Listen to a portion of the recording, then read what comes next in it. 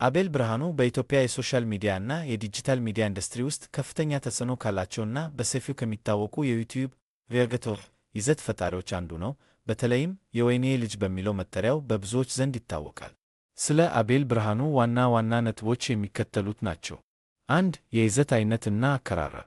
ወቅታዊ መረጃዎች እና ሰበር ዜናዎች። አቤል በኢትዮጵያ ውስጥ እና በውጭ ሀገራት የሚከሰቱ ወቅታዊ ፖለቲካዊ፣ ማህበራዊ እና ኢኮኖሚያዊ ጉዳዮችን በፍጥነት በማቅረብ ይታወቃል።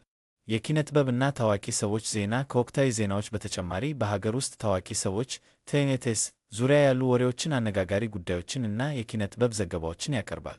ቀላል አቀራረብ መረጃዎችን ለብዙሃኑ ማህበረሰብ በሚረዳ እና በቀላሉ በሚገባ የንግግር ዘይቤ ማቅረቡ ለየት ያደርገዋል። 2. ተደራሽነት እና ተወዳጅነት። በዩቲዩብ ቻናሉ ላይ በሚሊዮን የሚቆጠሩ ተከታዮች 3 ያሉት ሲሆን የሚያወጣቸው ቪዲዮዎች በአጭር ጊዜ ውስጥ በመቶ ሺዎች የሚቆጠሩ እይታዎችን ያገኛል። በኢትዮጵያ የዩቲዩብ ታሪክ ውስጥ ቀዳሚ ከሆኑት እና ከፍተኛ ተከታይ ካፈሩ የግል የዩቲዩብ ገጾች አንዱ ነው።